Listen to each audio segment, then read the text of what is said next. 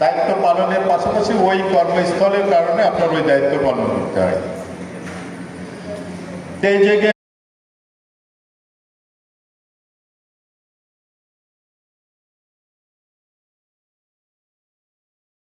মতো করে সাজিয়ে হৃদয়ের কোঠরে রাখিব আর হৃদয়ের চোখ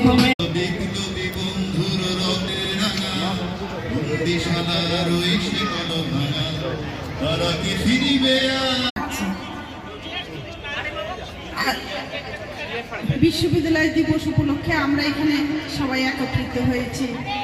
যে আমি 1 তারিখে এসে পৌঁছেছি এখানে এবং এসে মাত্র এমন একটি চমৎকার অনুষ্ঠানে আমি জয়েন করেছি, তার জন্য আমি পাগল করে